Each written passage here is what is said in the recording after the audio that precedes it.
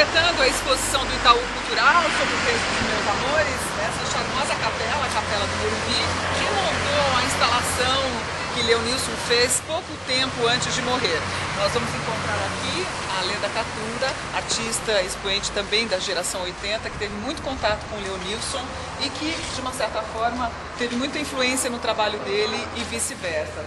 Tudo bem, Leda? Oi, mano, tudo bem? Então, eu queria que você contasse assim pra gente um pouco, falasse um pouco do significado desse trabalho, né? Até porque dizem que é o último trabalho de Leonilson antes dele falecer. Tem muito pano, muito bordado, que é uma característica também do seu trabalho. Bom, eu acho que o principal significado, assim, é o que ele cria com a associação dessas imagens e algum texto que ele borda na lapela ali das camisas. É um trabalho onde ele se apropria também, sabe, do significado que vem agregado, assim, naquelas cadeiras antigas, no formato dessa outra cadeira e também desses objetos que são as camisas, que são objetos prontos, né? Esse outro laranja funciona meio como um vestido, assim, ele tinha produzido já um vestido verde e branco com esse voal que dá esse moiré, assim, e aí ele juntou esses objetos. Eu acho interessante é a carga poética que ele consegue com essa associação, que é uma associação relativamente hermética, assim, não tem uma narrativa. Pode até a gente repercutir isso dentro do que teria sido a vida pessoal dele, mas na verdade, como todo trabalho de arte, acho que o que vale é a associação que surge diretamente para cada observador. Uhum. Você disse ali que aquelas duas cadeiras e as blusas, né, costuradas e bordadas, elas acabam formando um pequeno altar, né? Ele estava já muito doente, inclusive morreu quase que alguns meses depois dessa instalação, né? Semanas. Vocês conversaram um pouco sobre essa montagem? Assim, a gente conversou, mas na verdade esse espaço já vinha sendo utilizado por vários artistas, ele já tinha visto a exposição de várias pessoas. Ele montou aquilo se utilizando do local tradicional do altar, que é no fundo da igreja. Agora, uma coisa totalmente de uma religião própria, assim, uma religião poética, né? Ele sempre bordava, pelo que a gente viu na exposição do Itaú, palavrinhas, né, muito limpas. E aqui a gente vê assim, Lázaro, lá mais pra frente, Los Delícias, ali tem outros nomes. Eram pessoas que cuidaram dele. Não, esse Lázaro é o da Bíblia mesmo, que morreu e renasceu. Não existia essa pessoa. E ele se apropriava, além dos objetos em si, como as camisas e as cadeiras, também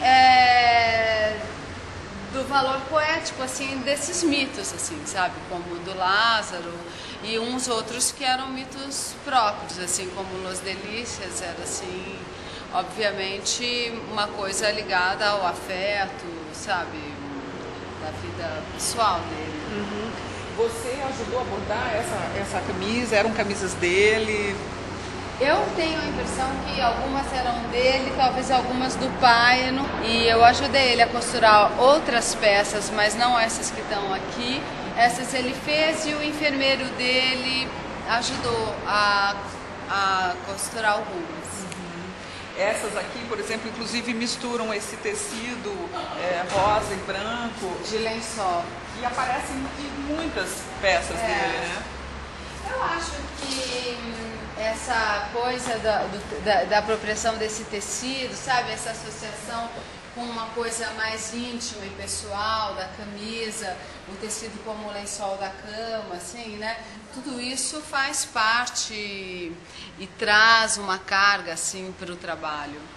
Você disse que vocês trocaram muito, né? Vocês são os conhecidos junto com o Sérgio Romagnolo da geração 80, né? De que forma foi essa troca, essa parceria entre vocês dois? Olha, mal eu fiz a primeira exposição aqui em São Paulo, em 83, ele me ligou e falou: você não quer vir? Eu sou o Leonilson, já sabia porque ele tinha feito 2 exposições em junho, julho, e a gente fez assim em agosto no MAC. E aí eu fui visitá-lo, ele queria conhecer e a gente ficou imediatamente amigo, sabe quando você encontra uma pessoa da sua raça, assim, do seu tribo, tipo, né, da sua tribo. E aí, desde então, a gente nunca mais se desgrudou, sendo que mais tarde o Sérgio, que era meu namorado, na época foi morar com o Leonilson. Então a gente andava assim, feito uma turma muito junta, durante uns 2 anos era quase uma coisa diária. E então a gente fazia exposições juntos e a gente via muito o Leonilson trabalhar, o Sérgio trabalhava no mesmo ateliê também e eles vinham muito no meu também. Então a gente realmente nessa época trocou muito assunto nas conversas e nos trabalhos também. De que forma ele impactou o seu trabalho? O fato de você trabalhar muito com tecido tem a ver ou não? Ele tinha já alguns tecidos, mas como eu só trabalhava com tecidos estampados, ele começou a vir comigo nas lojas e a gente começou a comprar alguns tecidos juntos e tal.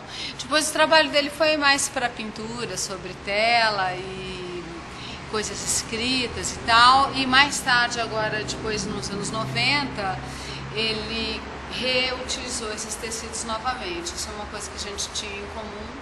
Mas a gente acha que principalmente tinha em comum uma visão sobre o que era fazer arte nos anos 80 no Brasil com relação ao cenário mundial.